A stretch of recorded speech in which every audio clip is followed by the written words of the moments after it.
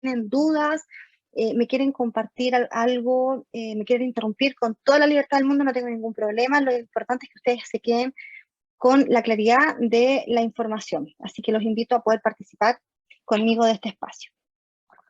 Bien, vamos viendo. Entonces, ¿qué es el diagnóstico de TEA? En general, según la Organización Mundial de la Salud, ¿no es cierto?, aproximadamente 1 de cada 160 niños tiene este diagnóstico.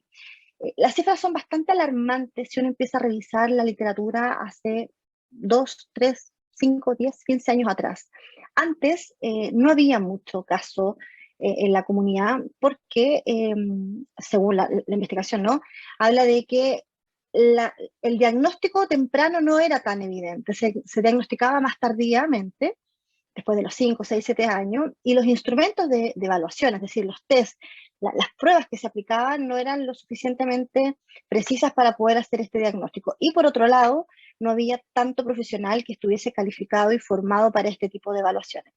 Bueno, de la mayoría de los niños, ¿no es cierto?, que presentan este diagnóstico, el 58% aproximadamente lo presentan en un rango leve, un 34% en nivel moderado y casi un 7% en nivel severo. Vamos a hablar después de lo que se trata esto de leve, moderado, severo y de qué se tratan como esto de los apoyos, ¿ya?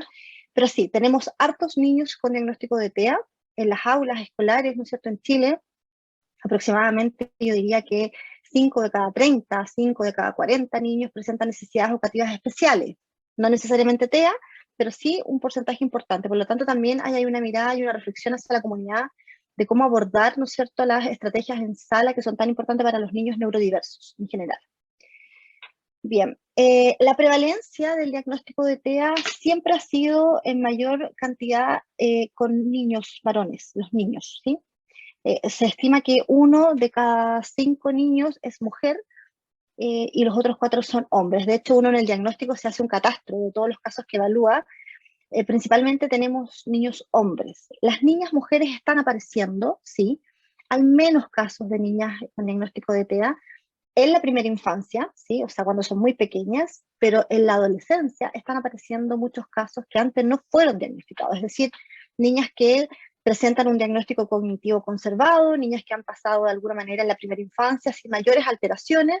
Sin embargo, cuando empiezan a cursar etapas de adolescencia, preadolescencia, ¿no es cierto?, y adultez joven, comienzan a aparecer ciertas dificultades relacionales, conducta adaptativa, temas de autoestima, temas de depresión, y ahí es donde emerge este diagnóstico más tardío. Siempre es mayor en niños que en niñas, ¿vale? Es como lo que se va diagnosticando a lo largo de los años. De la epidemiología, que creo que acá fue justo cuando se nos cayó, ¿no es cierto? La evidencia científica, en el fondo, dice disponible, indica la existencia de múltiples factores, entre ellos los genéticos y los ambientales, que hacen más probable que un niño pueda padecer TEA. Aunque en la actualidad no es posible determinar una causa única, estos dos factores resaltan dentro de la investigación. Es decir, la mutación genética, por una parte, y por otro lado, lo que tiene que ver con el ambiente. O sea, perdón, el ambiente en general. O sea, hoy día cuando los papás nos preguntan a nosotros en Psicoeduca, nos dicen, bueno, ¿cuál es el origen del TEA? ¿Por qué pasó esto? No, hoy día no existen estudios concluyentes, ¿no es cierto?, que den evidencia científica que diga efectivamente es un gen, por ejemplo, o es porque efectivamente algo genético es así. No, la verdad es que hay estudios que hablan de mutaciones genéticas, se habla mucho del fenotipo ampliado, ¿no? Este conjunto de características que son visibles, pero que no configuran totalmente un TEA, y los factores, yo diría, más ambientales. Si tienen dudas, por favor, me van interrumpiendo para que vayamos conversando, ¿bien? Bueno, ¿a qué nos referimos cuando hablamos de trastorno de espectro autista? TEA, el famoso TEA, ¿no? El TEA, como bien dice su nombre, es un trastorno de espectro autista que tiene una categoría dentro del DSM-5, ¿no?, dentro de lo que se llama los trastornos del neurodesarrollo, ¿sí? Trastornos del neurodesarrollo. Y cuando hacemos diagnósticos tempranos de este diagnóstico, siempre estamos buscando el perfil. ¿Qué es el perfil TEA? Existen 3 áreas que son las que están principalmente alteradas. Una tiene que ver con la interacción social, una o dos en el fondo, porque son como interacción social y comunicación social, que van de la mano. Y por otro lado, todo lo que tiene que ver con los patrones restrictivos, es decir, la flexibilidad mental. Entonces, podemos tener, por ejemplo, acá como aparece en la gráfica, a Juan, a Diego y a Sofi, que son 3 niños distintos entre sí, que los 3 tienen un diagnóstico de espectro autista, pero tienen perfiles distintos. ¿Por qué? La columna azul podríamos decir que tiene que ver con las dificultades en la interacción social. La naranja podríamos decir que tiene que ver con los patrones restrictivos. Y la gris podríamos decir que tiene que ver con la comunicación social. Entonces, un mismo niño con el mismo diagnóstico tiene alteraciones, por ejemplo, en interacción social, por ejemplo, de 4.3, el otro de 2.5 y el otro de 3.5. ¿Qué estamos diciendo con esto? Estamos diciendo que para hablar de trastorno de espectro autista tiene que cumplir con los criterios básicos que son efectivamente tener dificultades en la interacción social, en la comunicación y en la flexibilidad. Pero no por eso van a ser todos iguales. Entonces, explico esto porque muchas familias nos preguntan, nos dicen, bueno, pero si mi hijo tiene trastorno de espectro autista y el otro niño también tiene un diagnóstico de espectro autista, ¿son iguales? Tienen las mismas características o los mismos criterios que hacen que estén dentro del espectro, pero no necesariamente son iguales. Hay niños que son muy inflexibles, otros niños no tanto. Hay niños que tienen mayor contacto ocular, otros no tanto. Hay niños que tienen dificultades en la interacción social, otros no tanto. Hay niños que pueden conversar socialmente con dificultades y otros no tanto. Entonces, cuando hablamos de espectro, hablamos de este gran abanico de dificultades que se asocian a ciertos criterios que son obviamente similares en los niños. Bueno, acá tenemos entonces un poquito de explicación, ¿sí? Con el objetivo de realizar un diagnóstico válido en la familia, ¿no es cierto?, y certero de los múltiples trastornos existentes en la actualidad, la Asociación Psiquiátrica Americana, compuesta por reconocidos profesionales y extensas investigaciones, han creado el Manual de Diagnóstico y Estadístico de Trastornos Mentales, que describen cada uno de ellos y definen y delimitan sus respectivos síntomas y particularidades. A raíz de los constantes estudios y resultados que comprende hoy la investigación científica y la observación médica, este manual comprende cada ciertos años una actualización, que eso es muy importante, que reordena, categoriza nuevamente los trastornos y sus síntomas, por supuesto, con el propósito de mejorar el diagnóstico clínico. ¿Por qué decimos esto? Porque antes se hablaba del DSM-4, donde estaba incluida la categoría de Asperger. ¿Han escuchado hablar de ese diagnóstico, cierto? Este niño tiene Asperger. Bueno, es importante entonces que ustedes sepan que hoy día se trabaja con el DSM-5 y la revisión de estos criterios elimina la categoría de Asperger y centra todos los síntomas en un solo gran diagnóstico, que es el trastorno de espectro autista. ¿Por qué? Por lo que les acabo de explicar. En el fondo, cumplen con ciertos criterios en estas áreas específicas, pero son todos muy distintos entre sí. Yo diría que no hay ningún niño que presente este diagnóstico que sea igual a otro. Bueno, nadie es igual a otro, ¿no? Acá aparece una pequeña comparación, ¿no? Diferencia entre el diagnóstico del DSM-4 y el DSM-5.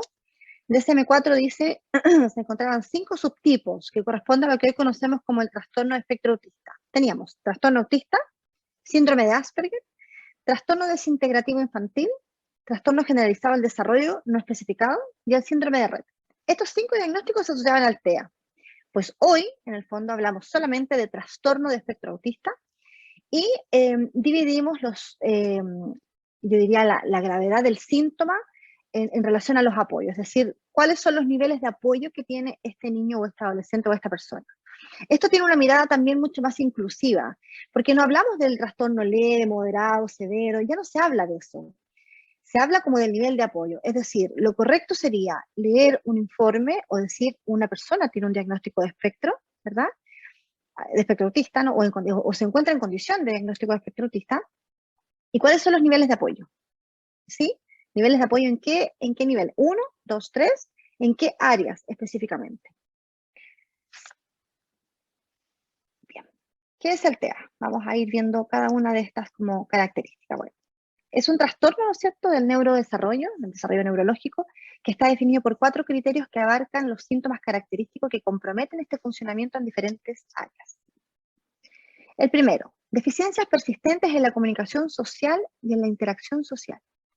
¿Qué quiere decir? Deficiencia en la reciprocidad emocional, que pueden variar desde un acercamiento social anormal o fracaso en la conversación normal, disminución de intereses, emociones o afectos compartidos, hasta el fracaso en iniciar y responder a la interacción social. O sea, cuando yo me quiero vincular con otra persona, cuando quiero conversar con otra persona, cuando quiero entender probablemente la emoción, ¿no es cierto?, o esta comunicación no verbal, se presentan interferencias y dificultades.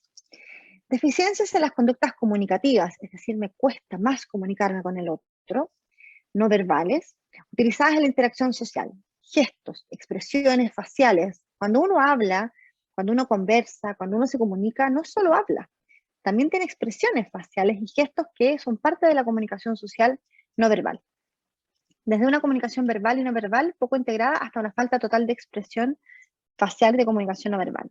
Y deficiencias en el desarrollo, mantenimiento y comprensión de las relaciones. Es decir, sobre todo los adolescentes no entienden esto como de las bromas, no entienden las relaciones sociales cuando son más complejas. Los niños cuando son adolescentes tienen mucha dificultad para poder pertenecer a un grupo social, para poder entender y resolver incluso conflictos que son muy naturales para algunos, para ellos puede ser un poco más complejo. ¿Vale? La segunda área afectada, diríamos que, o el segundo criterio importante, diríamos que son los patrones restrictivos y repetitivos de comportamiento, intereses o actividades. Movimientos, utilización de objetos o habla estereotipadas o repetitivos. Es decir, tengo fijaciones con temas, con juguetes, con objetos, ¿sí? Y me cuesta poder tener otro interés, me cuesta salir de ese interés restrictivo que se le llama. Insistencia en la monotonía, excesiva inflexibilidad de rutinas o patrones ritualizados de comportamiento verbal o no verbal. Intereses muy restringidos y fijos que son anormales en cuanto a su intensidad o foco de interés. Hiper o hiporreactividad a los estímulos sensoriales o interés inhabitual por aspectos sensoriales del entorno. Acá se llama lo que son los intereses sensoriales inusuales. Puede ser, no todos los niños cumplen todos estos criterios, ¿sí? Pero la generalidad habla de estos patrones como restrictivos sensoriales. Es decir, les gusta algo que es inusual, por ejemplo, ver cómo gira la lavadora, el plato del microondas, ¿no es cierto? Ver a lo mejor algún tipo de luz muy estridente, les parece muy llamativo y les encanta ese tipo de juegos. Hay otros niños que tienen más alteraciones sensoriales, incluso les cuesta mucho como usar algún tipo de ropa, le molestan las etiquetas, ¿sí? No pueden lavarse bien las manos porque la textura les molesta mucho, el ruido también, el umbral auditivo es muy alto, entonces les genera mucho problema o muchas conductas adaptativas, les cuesta adaptarse al entorno. Entonces, en general, esta área tiene que ver con lo restrictivo, con lo repetitivo, con lo inflexible, y que por supuesto tiene una implicancia a nivel conductual, y eso es lo que a veces hace que este diagnóstico sea más complejo, cuando en la vida cotidiana se muestran más rígidos. Bueno, otro criterio muy importante es que los síntomas tienen que partir en las primeras etapas del desarrollo, los primeros periodos. No hay un diagnóstico de TEA que pueda ser iniciado, por ejemplo, en la adolescencia. En general, en la primera infancia es cuando deben aparecer los primeros síntomas del diagnóstico de TEA. Y bueno, estas alteraciones o estos síntomas que nosotros hablamos, ¿no es cierto? Decimos síntomas, no se explican mejor por la discapacidad intelectual o por un retraso global. O sea, es decir, lo que estamos mirando, esa observación clínica que se hace en la evaluación, no se explica desde otro diagnóstico. Entonces, cuando tenemos estos 4 criterios, podemos decir que estamos dentro de una categoría de espectro autista. ¿Bien?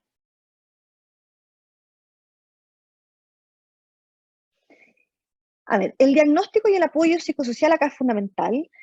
Sabemos que en Chile estamos al debe, yo diría, con este tema. El diagnóstico en general se hace el diagnóstico se hace en la parte pública, ¿no? Existen quizás las instituciones y las entidades para poder hacerlo, pero mi impresión es que no estamos dando el ancho para la cantidad de casos que se presentan en el sistema público. Y por lo tanto existen entonces estos sistemas privados, instituciones privadas que hacen el diagnóstico. Y en general el diagnóstico se puede hacer desde los 18 meses en adelante. Acá pueden haber neurólogos quizás en esta reunión, que quizás me puedan decir que estoy equivocada. Nos pasa mucho con la comunidad médica que dicen, no, mire, llegan los papás, sabe que mi hijo tiene síntomas, tiene rasgos, tiene duda, el neurólogo, pero dice después de los 3, 4, 5 años porque es muy pequeño. Efectivamente eso era así antes, se diagnosticaba muy tardíamente. Hoy día los instrumentos de evaluación nos permiten hacer pesquisa temprana desde los 12 meses en adelante. O sea, sí, los 12 en los primeros casos, pero desde los 18 en adelante uno ya puede hacer un diagnóstico, a lo mejor no es tan certero porque efectivamente es muy pequeño, pero hay ciertos casos, ¿no?, que son súper evidentes y que con una buena observación clínica, una buena evaluación interdisciplinaria, podemos en el fondo levantar la sospecha. Se levanta la sospecha hasta que más o menos uno pueda esperar un año, año y medio, hasta los 3 años para poder confirmar la evaluación junto con el neurólogo, que es el profesional médico responsable de dar el diagnóstico, ¿no?, porque es trastorno neurológico. Pero nosotros desde la clínica podemos hacer la evaluación neuropsicológica, que es tan importante para poder pesquisar, ¿ya? Bien. Ok, muchos niños con TEA entonces puede que sean diagnosticados al ingresar al sistema escolar, eso es cierto, ya que los padres comienzan a preocuparse de su dificultad para ser amigos, o los profesores notan problemas en la interacción entre pares. Nos pasa muchísimo esto. Niños que ingresan a kinder, a prekinder, ¿no es cierto?, a la etapa parvularia, o a los primeros años, primero básico, segundo básico, y son derivados porque pesquisan que tienen dificultades, por ejemplo, para jugar, no entienden los juegos con los compañeros, o a veces son muy inflexibles en el tipo de juego que tienen, o simplemente tienen mucha dificultad social, mucho problema como conductual, entre comillas, ¿no? Y cuando uno hace una valoración neuropsicológica, se da cuenta que efectivamente este pequeño está dentro del diagnóstico de espectro. Y uno se pregunta, bueno, pero ¿cómo nadie se dio cuenta antes? ¿Cómo nadie pudo pesquisar este diagnóstico? ¿Cómo nadie levantó las primeras banderas de alerta? Probablemente porque ese niño puede haber tenido una conducta adaptativa conservada, puede ser que ese niño no haya presentado mayores síntomas porque era muy retraído o muy tímido, pero cuando aparece, ¿no es cierto?, la demanda social, es decir, la demanda del colegio, los compañeros que tienen que jugar, que tienen que hacer actividades, comienzan a aparecer los primeros síntomas. Y generalmente, me atrevo a decir, que los primeros síntomas tienen que ver con una implicancia conductual, ¿sí? Desde lo conductual es donde aparece la primera sospecha. Esto es muy importante. Valesca, ¿Sí? perdona la interrupción, pero entonces está regulado que, por ejemplo, por el Ministerio de Educación, que en los colegios haya esa evaluación tempranamente, porque con lo que estás exponiendo es fundamental que todos los pequeños reciban ese apoyo. Entonces, está estructurado, hay una ley, alguna resolución de que los colegios tienen que tener especialistas que puedan evaluar a los niños, o los pediatras, los neonatólogos, se manejan en este tema como para que empiecen a hacer esa evaluación tempranamente. Perdona la interrupción. No, está buenísimo el alcance, Claudia, te lo agradezco mucho porque me permite poder abordar un tema que es súper a veces delicado, pero yo hoy día fui al control con la pediatra de mi bebé, de Facundo, 11 meses, y conversando me dice, acabo de derivar a un pequeño de 18 meses para una evaluación de diagnóstico de TEA.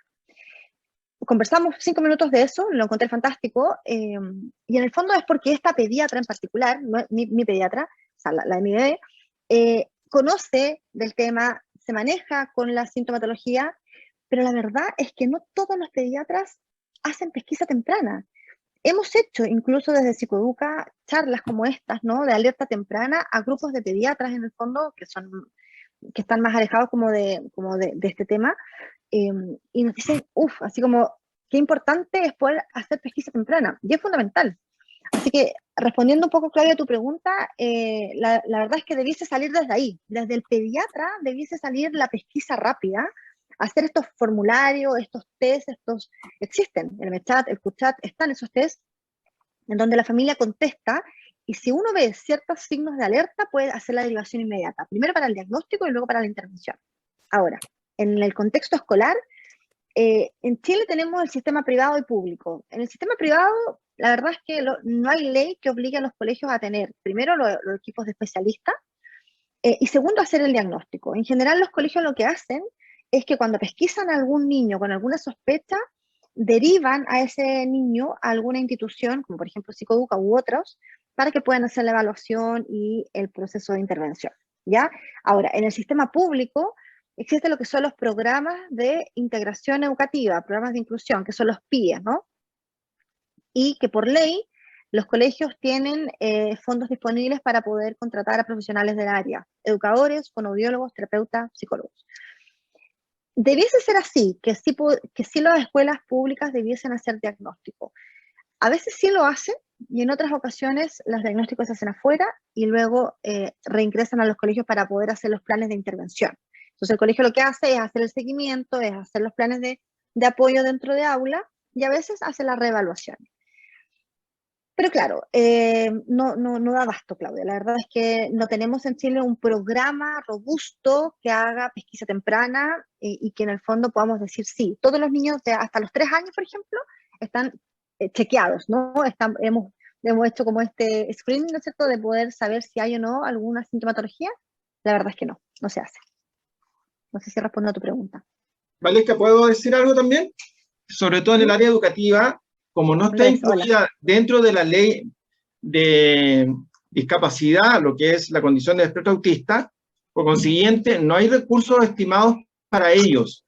Y cada profesional tiene que realizar, si quiere ver este tema, hacerlo por su propia cuenta. No están estipulados los recursos para que tengan personal de apoyo exclusivo para niños con TEA.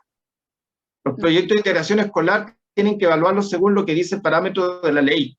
Entonces no está estipulado. Claro, el programa de educación, o sea, el PIE en el fondo lo que hace es, dice, ya, este niño tiene TEA, bien, vamos a hacer los ajustes en sala y todos los programas de apoyo dentro del aula, en el fondo, que son súper escasos. O sea, si nos ponemos a hablar como efectivamente cómo son súper escasos, los niños necesitan más apoyo y eso no está, porque son muy pocos profesionales. Pero si tienen la sospecha, hay algunos colegios que funcionan maravillosamente bien y hacen diagnóstico y se coordinan, etcétera, pero hay otros que no tanto. Entonces, mucho niño dando vuelta hoy día, mucho niño que no tiene diagnóstico temprano. Ahora, no es lo mismo hacer un diagnóstico a los 3, a los 4 años que hacer un diagnóstico a los 7, a los 8. De verdad que hay 4 o 5 años de diferencia en donde se perdió tiempo literalmente del desarrollo biológico de ese niño y se perdieron oportunidades de aprendizaje a nivel de plasticidad neuronal, ¿sí? Si bien la literatura científica dice que la plasticidad neuronal se da a lo largo de toda la vida, bien, ¿no es cierto? Por eso tenemos la capacidad de aprender, pero efectivamente en la primera infancia las ventanas de oportunidades son altísimas. Hay mucha oportunidad de aprendizaje. Por lo tanto, no es lo mismo hacer el diagnóstico a los 2, 3, o incluso pesquisar en esa etapa, que llegar a los 5, 6, 7, 8 años. ¿Sí? Súper. Voy a bien. un ratito, Valesca, para informar que en el chat les compartí un formulario para que puedan agregar comentarios o lo que estén solicitando en el chat. Vamos a canalizarlo todo en ese formulario. Está el enlace. Por favor, cualquier cosa, ingresen a ese formulario y vamos a atenderlo mediante ese formulario. Muchas gracias. Eso era todo. Bien, esto que quiero decir es súper importante, que dice que los niños con TEA en el fondo crecen para constituirse en adultos con TEA, ¿ya? O sea, un niño con TEA va a seguir creciendo, va a ser adulto, va a ser adolescente, va a ser adulto joven y va a ser adulto y se va a constituir como una persona adulta con TEA. Ya que este trastorno, ¿no es cierto? Este trastorno no es curable, es una condición permanente en la vida que no va a variar, no va a cambiar ese diagnóstico, pero sí va a variar la sintomatología. Y eso es muy importante. Por eso es que nosotros desde Psicoeduca siempre hemos tenido el estandarte puesto en la pesquisa temprana. El pronóstico de un niño diagnosticado en la primera infancia tiene vital importancia para que ese niño, ese adolescente y ese adulto, cuando se constituya como adulto, tenga una mejor calidad de vida y tenga una conducta más adaptativa, ¿ya? Por lo tanto, es muy importante que se hagan apoyos muy tempranos. No digo que cuando son más grandes no se hagan, también, pero ojalá mientras antes mucho mejor. Bien, me fue una, perdón. Aunque algunas personas con TEA pueden vivir de manera independiente, y lo hemos visto, hay personas que son adultas, que se casaron, que hicieron su vida, que trabajan, que estudiaron una profesión y tienen una vida lo más común y corriente como todos nosotros. Hay otras personas que tienen graves alteraciones, ¿no es cierto?, discapacidades importantes, que requieren mucha atención y apoyo constante durante todas las etapas de su vida, ¿ya? Muchas veces los diagnósticos de TEA suponen una carga emocional y económica para las personas que lo padecen y para su familia. Es importante que eso lo sepan, que es muy difícil a veces sobrellevar estos procesos, porque esto no es como una dislexia, sin desmerecer, por supuesto, las dificultades del diagnóstico, pero quiero decir que son más transitorias, es decir, no afectan a todas las áreas de la vida o de la conducta adaptativa, ¿sí?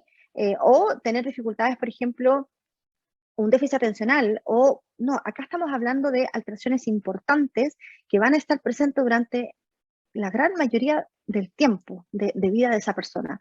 Entonces, necesita ese niño o ese adolescente una red importante, una familia contenedora que pueda llevar a cabo todas estas intervenciones. Y por supuesto, además, la carga económica que esto también supone para más adelante, ¿no? El empoderamiento de los cuidadores, es decir, de los papás, mamás, de los abuelos, de las familias, o sea, que se empoderen, que digan, ok, estamos frente a este diagnóstico y vamos a salir adelante, es fundamental para que los niños puedan salir adelante. Hemos visto en Psicoeduca familias muy empoderadas que se involucran de manera persistente y permanente en las intervenciones versus otras familias que por diferentes razones, ¿no?, mantienen cierta distancia con los procesos terapéuticos y los resultados son muy distintos, ¿sí? Son muy distintos. La verdad es que cuando una familia se empodera, puede ser coterapeuta en casa, y eso es fundamental entenderlo, porque no solamente el profesional, el fonoaudiólogo, el terapeuta, el educador, o el psicólogo o el neurólogo es el que hace el trabajo terapéutico. Acá la familia también hace coterapeuta, o sea, son coterapeutas de lo que se trabaja en el box, ¿no? Entonces acá hay que armar un trabajo interdisciplinario, familia, profesionales, comunidad, escuela, etcétera, que permita, ¿no es cierto?, la bajada, que permita la transferencia, que permita la acomodación, la adaptación de este niño o este adolescente al sistema. ¿Bien? Bueno, el diagnóstico y el tratamiento, como les contaba, ¿no?, acá hice una pequeña línea para que ustedes puedan visualizar que desde los 0 hasta los 60 meses se habla de primera infancia, ¿no? Atención temprana. Tenemos el diagnóstico temprano, ¿por qué? Porque existe efectivamente esta plasticidad neuronal de las que le hablaba, ventana de oportunidades donde el cerebro es mucho más plástico y está mucho más dispuesto a generar nuevas conexiones neuronales. Por lo tanto, esas conexiones neuronales se van a crear si es que y solo el ambiente me provee de estímulo. Pero si ese niño no recibe estímulo del ambiente, no tengo interacción con el entorno y no soy mediado por agentes externos a nivel social, esas ventanas de oportunidades no van a tener apertura, porque no tienen cómo conectarse nuevamente, ¿ya? Por lo tanto, es muy importante que se haga la pesquisa, pero también las intervenciones sean muy mediadas en la primera infancia. Hay mayor pronóstico escolar cuando se hace la pesquisa temprana y social. No se evalúa el CI, que es el coeficiente intelectual, no es necesario, porque se trabaja con una mirada hacia la evaluación cognitiva adaptativa, es decir, no me interesa tanto el porcentaje si es un niño más inteligente o menos inteligente, lo que nos importa es que este niño logre tener una conducta adaptativa, es decir, que logre tener una vida lo más normal posible dentro de su propia realidad. Ahora, el diagnóstico también se hace en la etapa escolar, después de los 60 meses, después de los 5 o 6 años, ¿no es cierto? Después de los 6 años se aplica el CI, sí se puede hacer una evaluación cognitiva, y es importante hacerla en esta etapa. ¿Por qué? Porque el CI nos va a entregar un número, un dato, más que nada, que nos va a permitir proyectar ese caso más adelante, en términos de aprendizaje y en términos de conducta adaptativa. Aparecen las problemáticas en las relaciones interpersonales, ¿sí? Empezamos a tener dificultades en la relación. Estoy en el colegio, ya no entiendo bien cómo son los juegos, no respeto los turnos. Nos pasa mucho que hay niños que llegan porque le tira el pelo, porque lo abrazan demasiado, porque le quita la colación. Y dice, pero son cosas de niños. Sí, pero a veces los niños en esta condición no entienden eso. No entienden esas sutilezas de la comunicación, esas sutilezas del juego. Entonces tienen dificultades para adaptarse y para integrarse. Hay un impacto escolar importante, ¿sí? Eso es importante que lo sepan. Y además, dificultades, acá puse, en la adaptación social. Les cuesta mucho adaptarse. Cuando en la etapa escolar hay diagnóstico de TEA, en un colegio regular con proyecto de integración o en un colegio cualquiera, en el fondo, que en el fondo este niño esté dentro de un sistema de educación regular, pasa mucho que nos llegan niños con dificultades en la relación social. Esa es como la mayor dificultad, ¿sí? Como cómo ese niño se logra adaptar. No juegan con él, no entiende la rutina de los juegos, se va quedando solo. Además, si es un niño que es más inteligente o comprende un poco el entorno y comprende la situación, se va dando cuenta que efectivamente el resto no quiere estar con él, que no tiene las mismas competencias, que parece que lo aíslan, entonces empieza a darse cuenta, se empieza a afectar la autoestima y bueno, entonces empiezan a aparecer otro tipo de problemas, ¿no? Más emocionales y más psicológicos. Bien, acá, bueno, eso es una propuesta, ¿no? Lo dejamos pasar. Y acá está la guía clínica del Ministerio de Salud, ¿no es cierto?, donde habla si ustedes quisieran leer más, por supuesto, yo les dejo este link para que lo puedan compartir y lo puedan leer si quisieran discutir un poquito más. Y me gustaría hablarles sobre, voy a dejar de compartir la pantalla, a ver, un segundo. Me gustaría hablarles sobre los mitos, sobre algunos mitos que se dan en torno al diagnóstico de TEA, ¿sí? Mientras tanto, si tienen alguna pregunta que hacerme, los escucho atentamente.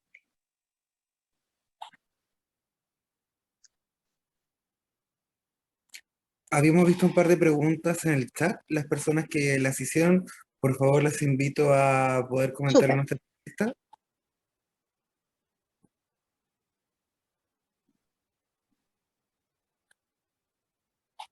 Valesca, si puedes continuar nomás. Hola, buenas noches. Ah, ahí está. Bueno. ¿Sí?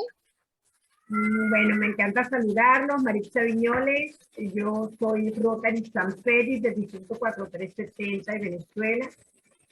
Como les escribí en el chat, estoy de visita en Santiago visitando a mi hijo y a su familia y me regreso el próximo domingo. De verdad que desde que vi la invitación que se pasó por el canal Rotary Comunica, que es un chat de WhatsApp, me animé muchísimo para escucharla porque tengo mi nieto, tiene 9 años, él tiene una condición, pues tiene autismo, diagnosticado desde que tenía 20 meses de nacido en Venezuela. Entonces, el fin pues es también que tenga atención aquí, y al ser rotaria y que los rotarios están interesados en este tema, por eso les pedí el contacto, la ubicación, de la manera que mi hijo y mi nuera puedan comunicarse con ustedes para la atención al bebé. Muchas gracias, de verdad, me encanta estar en las actividades rotarias y mucho más cuando tenemos estas conferencias, estas charlas con mucho contenido de valor que nos orientan, que nos ayudan y nos hacen crecer. Muchos saludos y gracias por escucharme. Bien, Maritza, te puedo responder. Fantástico que hayan podido evaluar la primera infancia. Es algo vital, fundamental y que sin duda va a cambiar probablemente la vida de tu nieto.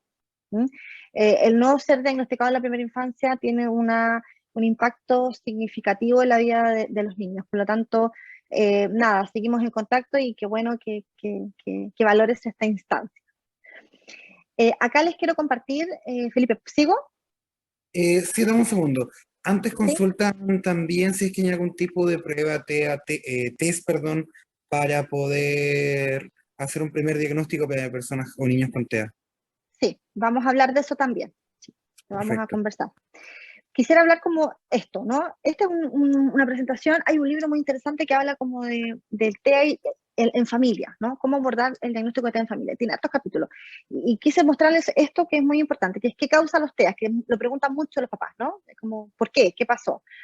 Bueno, dice, no, el TEA no es una enfermedad, no es algo como, no están enfermos los niños, ¿no? Sino es una condición. Es como decir, yo siempre lo explico así, es como decir tener un computador Mac, ¿no? Y un HP, no sé, o qué otra marca, no se me ocurre, pero un Mac y otra marca, ¿no?